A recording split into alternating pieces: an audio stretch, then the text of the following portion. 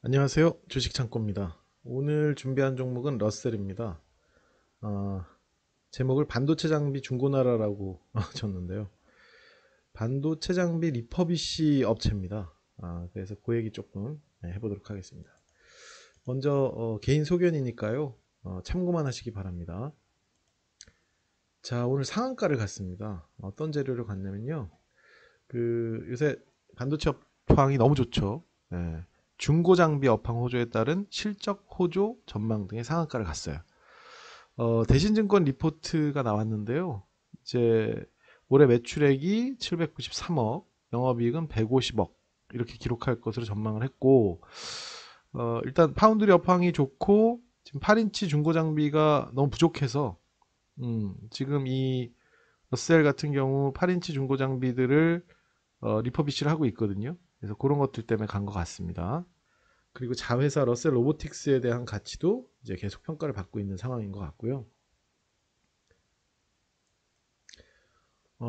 이 러셀이라는 기업은 여기 나와 있듯이 리퍼비셔 역할이 비즈니스 모델이라고 했거든요. 그러니까 입찰받은 중고 장비를 리퍼비시해서 이제 매각을 하는 거죠. 뭐 우리 그 중고나라 이런 데서 사는 거랑은 좀 다르죠. 중고나라는 그냥 중고품을 파는 거고 여기는 조금 이렇게 다듬어 가지고 다시 파는 그런 기업이라고 보시면 되는데 일단 반도체를 만들려면 장비가 있어야 될 거잖아요. 반도체 장비 중에 이제 중고 장비가 있어요. 이 중고 장비가 왜 나오냐면 반도체 장비 회사가 있겠죠. 거기서 이제 삼성전자나 뭐 하이닉스 같은 곳에다가 반도체 장비를 팔겠죠. 그럼 삼성전자나 이런 데는 그 장비를 이용해서 반도체를 만드는데 이 반도체를 만드는데 이 장비가 활용되다가 뭐 새로운 공정을 그 삼성전자나 이런 데서 설계를 한다든지 아니면 일부 공정을 좀 변경한다든지 하면서 활용도가 낮아지거나 필요가 없어지면 이제 중고차랜다. 중고 시장이 이제 매물로 나오는 거죠.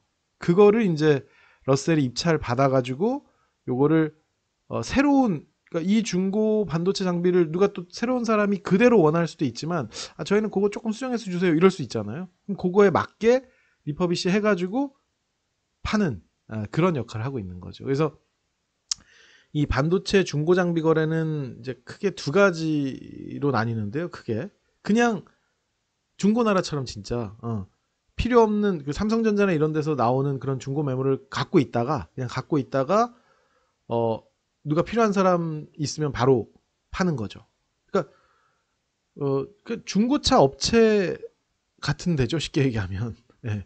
직거래도 하겠죠. 근데 삼성전자가 이거 반도체 참 필요 없는데 누구 필요한 사람 있어요? 이렇게 직거래를 하지 않을 거고 이제 이런 업체를 끼는 거예요. 러셀은 그런 업체는 아니고 뭐 그렇게 바로 파는 게 아니라 그걸 조금 이제 다듬어 가지고 필요한 이렇게 좀 정비도 하고 새로운 그 반도체 업체에 필요한 상품으로 재구성해서 이렇게 이제 판매하는 그런 비즈니스 모델을 이제 갖고 있는 건데 지금 뭐 파운드리 업계가 워낙 호조고 반도체 업황 자체가 너무 좋으니까 이제 이런 회사들도 앞으로 수주나 이런 것도 이제 기대가 되는 거죠.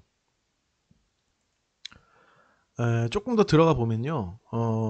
이제 그 반도체는 뭐 8인치, 12인치 이렇게 좀 이렇게 나뉩니다. 여러 가지 종류로 나뉘는데 이 8인치 장비는 이 지금 반도체 장비 업체들이 주력으로 생산하고 있지 않아요. 12인치를 지금 주력으로 생산하고. 그러니까 8인치 장비를 필요하면 8인치 반도체 장비를 어, 살려면 중고 시장에서 거래를 해야 되는 거죠. 그러니까 반도체가 8인치 반도체도 필요한데 장비는 8인치 장비가 지금 잘 안 나오고 있는 상황인 거예요. 그럼 결국은 8인치는 중고 시장에서 거래되고 있고 8인치 반도체 수요가 늘면 8인치 반도체 장비 수요도 늘겠고 그러면 이제 그것들을 보유하고 있는 이제 러셀이 수주가 좀 늘지 않을까 이렇게 이제 시장에서 판단하는 거죠. 그래서 지금 글로벌 파운드리 업계가 이제 인텔이 아직 외주 발표를 정확하게 하진 않았지만 그런 외주 발표도 하고 뭐 지금 전기차 이런 데 반도체 엄청 필요하잖아요. 자율주행차도 마찬가지고 점점점 이제 필요한 반도체는 늘어나는데 그럼 파운드리 업체에서 8인치만 생산하는 게 아니라 지금 그 전기차든 이런 반도체가 필요한 모든 부분에 이제 좀 새로운 반도체를 먼저 만들고 8인치나 이런 요런 것들은 조금 우선순위에서 밀리겠죠. 결국은 이제 이런 것들을 수주받는 파운드리 업체도 있을 것이고 그런 업체들에서는 장비가 없다. 장비를 좀 달라. 이런 식으로 이제 러셀에 오퍼를 낼 가능성이 있고 이 반도체 장비 중고가 직거래될 일이 있을지 모르겠는데 그런 시장이 있는지는 제가 잘 모르겠는데 장비 부족으로 반도체를 못 만들면 파운드리 업계 기업 입장에서는 웃긴 거죠. 장비가 없어서 반도체를 못 만드니까 기술은 있는데. 그래서 여하간 이 8인치 반도체 수요가 늘어날 것이고 8인치 반도체 장비를 이제 중고로 매수해서 그래서 이제 잘 그 업체가 원하는 대로 바꿔가지고 리폼해가지고 이제 보내는 그런 러셀이 향후 이제 전망이 좀 좋다. 이런 이제 증권사 리포트라고 이해하면 될 것 같습니다. 그래서 여기 보시면은 러셀의 주요 반도체 장비입니다. 여기 보시면 200mm 요게 이제 8인치, 여기 있는 게 12인치인데 8인치가 지금 매출액이 153억에서 19년 270억이에요. 올해는 조금 줄었는데 이제 아마 2021년 넘어가고 그러니까 작년엔 좀 줄었죠. 2021년 넘어가면서 이게 이제 폭증할 걸로 이제 예상을 하는 겁니다. 증권사에서. 네, 그렇게 보시면 될 것 같고요. 자, 8인치 반도체 장비와 함께 이제 그 자회사 러셀 로보틱스라는 회사가 있어요. 이게 자회사인데 46.7% 갖고 있습니다. 21년 기준으로 매출 193억 원 지금 예상이 되고 있거든요. 그 전년도 대비 240% 성장인데 이건 대신증권에서 나온 자료예요. 근데 문제는 이 러셀 로보틱스를 러셀이 원래부터 편입돼 있는 상태가 아니라 지금까지는 재무 상태에 반영이 안 됐다가 오타입니다. 20년이에요. 20년 3분기 여기 보시면 20년 3분기부터 매출이 있죠. 예, 어떤 그 자동화 공정에 필요한 장비들을 만들고 판매하는 그런 회사인데 20년 3분기에 편입을 했기 때문에 이제 재무제표에 이제 연결로 이제 들어가는 상황이 되는 거예요. 20년 실적부터. 그래서 연결 손익이 20년, 그러니까 2020년 실적에는 소폭 반영되겠죠. 왜냐하면 3분기하고 4분기만 반영됐으니까. 근데 21년은 4개 분기가 풀로 다 반영되는 거예요. 그러니까 당연히 2021년 실적이, 그러니까 올해 실적이 좋아질 수밖에 없는 거죠. 이해가 되시나요? 네. 그래서 이 8인치 반도체 장비의 수요가 폭증하는 것과 별도로 이 러셀 로보틱스라는 자회사의 어떤 재무 반영 자체가 이제 20년에는 2분기, 21년도에는 4분기 풀로 반영되니까 재무제표나 손익계산서 점점 좋아질 수밖에 없는 그런 상황인 겁니다. 그래서 이런 것들도 아마 주가 상승에 한몫하지 않았을까 이렇게 생각하거든요.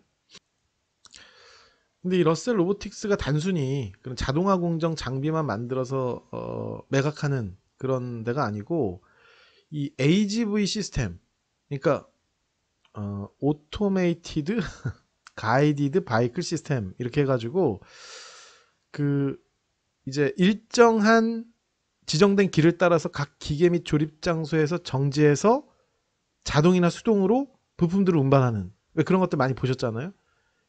옛날에 그 어떤 영상에서 주차도 이렇게 막 자동으로 하는 그런 장비들도 있었던 것 같은데 뭐 그런 것처럼 운반이나 뭐 기계 조립을 한다든지 이런 것들을 자동으로 이렇게 요 기계들 보시면 나오잖아요. 이런 것들 돌아다니면서 이렇게 해줄 수 있는 그런 장비를 운용하는 시스템을 통틀어서 그러니까 시스템 체계를 우리가 AGV 시스템이라고 한다는 거죠. 그러니까 쉽게 얘기하면 자동화 공정의 그 어떤 시스템 자체를 제공한다 이렇게 봐야 되는 거죠.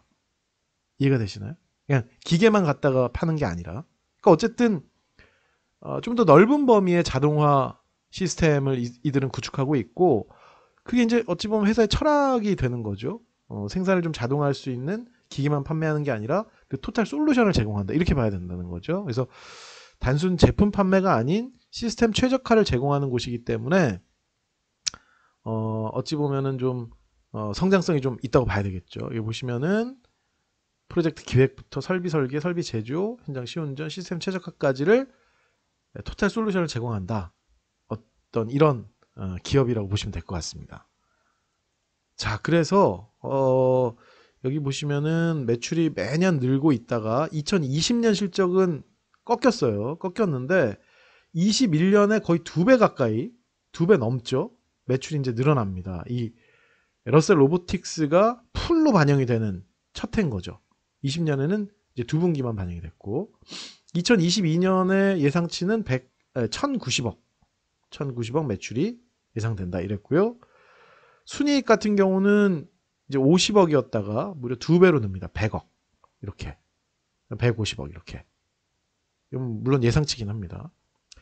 자, 그래서 실적은 계속 당연히 좋아지겠죠. 러셀 로보틱스가 자회사로 편입이 됐고 풀로 반영되는 게 21년이니까. 그러니까 이렇게 보시면 돼요. 우리가 자회사를 만약에 상장시킨다. 그럼 뭐 굉장히 큰 이 주가 상승을 일으키잖아요. 근데 자회사를 상장시키진 않았지만 자회사를 이제 매출을 자기 쪽으로 잡는다. 이것도 상장에 어찌 보면 좀 버금가는 그런 퍼포먼스라고 볼 수 있는데, 그래서 어쨌든 이 러셀 로보틱스가 자회사로 들어와서 실적이 이제 자기네 그 연결지석에 포함되면 실적은 당연히 좋아지겠죠. 근데 지금 주가가 적정 주가냐? 이게 문제예요. 실적이 우상향은 맞아요. 근데 지금 가격이 적정하냐? 실적 우상향인데 뭐 시가총액이 1조야. 이러면 안 되잖아요. 그러니까 이제 지금 주가가 적정한가 아닌가의 문제인 거지, 실적은 당연히 좋아지니까 이 기업은 괜찮다라는 거고. 그럼 결국 이런 기업은 뭡니까? 주가가 싸지면은 무조건 들어가야 되는 거죠. 내려오면. 뭐 예를 들어서 시장이 굉장히 안 좋아서 기업은 멀쩡한데 주가가 확 꺾인다. 그런 기회가 흔치는 않지만 그렇다면 안 들어갈 이유가 없는 거예요. 그래서 결국 기업은 튼실하고 우상향 하나, 현재 주가가 적정한가? 요게 이제 이슈로 좀 남아있다고 볼 수 있겠습니다. 자, 러셀은 이 스펙 합병 상장을 통해서 들어왔어요, 시장에. 그래서 2018년 5월 18일 상장했고 그때 시가가 3,810원이었더라고요. 현재 주가는 4,780원입니다. 그러니까 최근까지 그 상장했을 때의 가격 밑이었었어요. 계속. 그러다가 이제 그 가격으로 이제 올라온 거예요. 지금 뭐 재료라든지 기업의 뭐 성장성이나 좋죠. 반도체 업황 호조에 따른 실적 호조. 가장 기본적이고 정상적이고 이상적인 재료잖아요. 그죠? 네. 근데 이제 문제는 주가라는 거죠. 높다 낮다에 대한 기준이 좀 모호하긴 합니다만 제가 하나 걸리는 거는 이 회사가 굉장히 좀 작은 회사라는 거죠. 큰 회사가 아니고. 그래서 얼마든지 크고 작은 변수가 있을 수 있고 작은 바람에도 좀 흔들릴 가능성도 있고, 오늘 증권사 리포트로 그냥 상한가를 갔지 않습니까? 그러니까 이런 것만 봐도, 그러니까 이 회사가 없던 일을 하거나 없던 자회사가 갑자기 편입된 게 아니에요. 어제 오늘 일이 아닌데 오늘 증권사 리포트를 가지고 상한가를 훅 가버렸어요. 1,500억밖에 시총이 안 되는 회사라 그럴 수도 있겠지만, 그래서 조금 규모가 작은 회사라는 것이 그 리스크라고 보긴 좀 그런데 약간 좀 머뭇머뭇하는 지점이 아닌가, 그런 생각이 좀 들었습니다. 네, 차트를 잠깐 살펴볼게요. 자, 이게 러셀 주봉입니다. 여기 보시면은 여기는 러셀이 스펙 상장하기 전이에요. 여기가 이제 상장을 했을 때고, 그래서 2018년 5월 이전은 뭐 의미가 없습니다. 러셀이랑 관련이 없으니까. 여기서 이제 상장해가지고 쭉 올라갔다가 훅 내려왔죠. 그러니까 그때 실적이 뭐 이 정도 수준의 주가를 유지할 만한 실적이 아니어서 그런 것도 있지만, 이 가벼운 종목이고 시총이 작은 종목이다 보니까 이렇게 훅 내려올 때, 그럴 때 이제 문제가 되는 거죠. 근데 지금은 이렇게까지는 안 내려올 것 같아요. 실적도 우상향하고 러셀 로보틱스도 들어오고 업황도 너무 좋고 하니까 이 정도까지는 안 내려오겠지만, 이제 그런 그 가벼운 종목의 그 특성, 훅 한번 내리면 뭐 어떻게 좀 답이 없는 그런 상황이 연출될 수 있다는 약간의 어떤 리스크도 가벼운 종목이니까 있을 수 있지 않을까 싶습니다. 그래서 이제 뭐 코로나 때문에 쭉 내려왔다가 이제 쭉 우상향해서 올라가는 추세고 이렇게 훅 오늘 상한가까지 해서 4,780원까지 갔어요. 근데 갔는데 뭐 예를 들어서 어제 무슨 임상이 발표돼 가지고 시장에 없던 뉴스가 새롭게 도출됐다. 그러면 이제 앞으로도 급등할 여지가 많겠지만 지금은 이미 알고 있는 거를 이제 뭐 증권사 리포트를 통해서 새삼 한번 느낀 상황이란 말이에요. 그러니까 이게 뭐 어떤 새로운 재료로 확 간다기보다 업황이 좋아서 가는 거라 우상향은 하겠지만 당장 막 쫓아 들어가거나 이러기에는 조금 위험 부담이 있는 것 같아요. 제가 보기에는. 네네, 그렇습니다. 자, 매매 동향을 간단하게 살펴보겠습니다. 1년간 누적 순매수 순매도 양을 봤을 때 외국인은 뭐 소폭 순매도고 기관은 이제 순매수 상황인 것 같아요. 그리고 최근에 기관이 조금 들어왔죠. 최근에 요새 기관이 연일 계속 패대기 치는 장이었는데 기관이 샀다는 게 조금 의미가 있는 것 같습니다. 그래서 매매 동향은 뭐 작은 종목이라서 크게 들어오는 것 같지는 않고 이 정도 수준으로 오늘 상한가는 외인과 기관이 순매수한 상한가라 조금 의미가 있는 것 같은데 또 내일 어떻게 될지는 상황을 봐야 될 것 같아요. 네. 네, 개인 소견입니다. 지극히 개인적인 소견. 반도체 업황, 기업 실적, 뭐 자회사 편입 다 좋아요. 네, 다 좋은데 시총 1,521억이 과연 비싼가 싼가? 이 1,521억도 오늘 상한가 가서 만들어진 시총이죠. 얼마면 사시겠어요?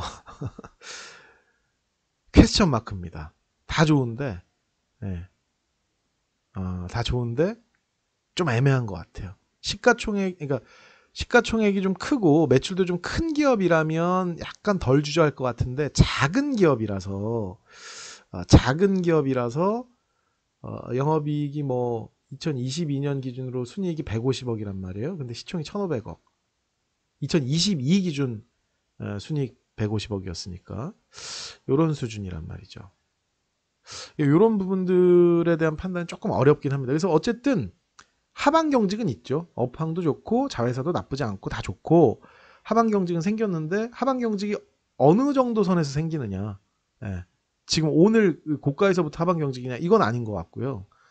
제 생각은 좀 싸졌다 싶을 때 사는 그렇게 모아가는 그런 전략이 어떨까. 어쨌든 우상향은 확실하니까. 근데 확실하진 않죠. 확실하다는 얘기는 좀 그렇고 어쨌든 잔바람에도 흔들릴 수 있는 작은 기업이라는 거예요. 그런 점들이 리스크니까 조금 충분히 가격 메리트가 있을 때 접근하는 것도 나쁘지 않을 것 같다. 좀 장기로도 좀 나쁘지 않은 기업인 것 같고요. 지극히 개인적인 소견이었습니다. 이렇게 한번 러셀 분석해 봤습니다. 감사합니다.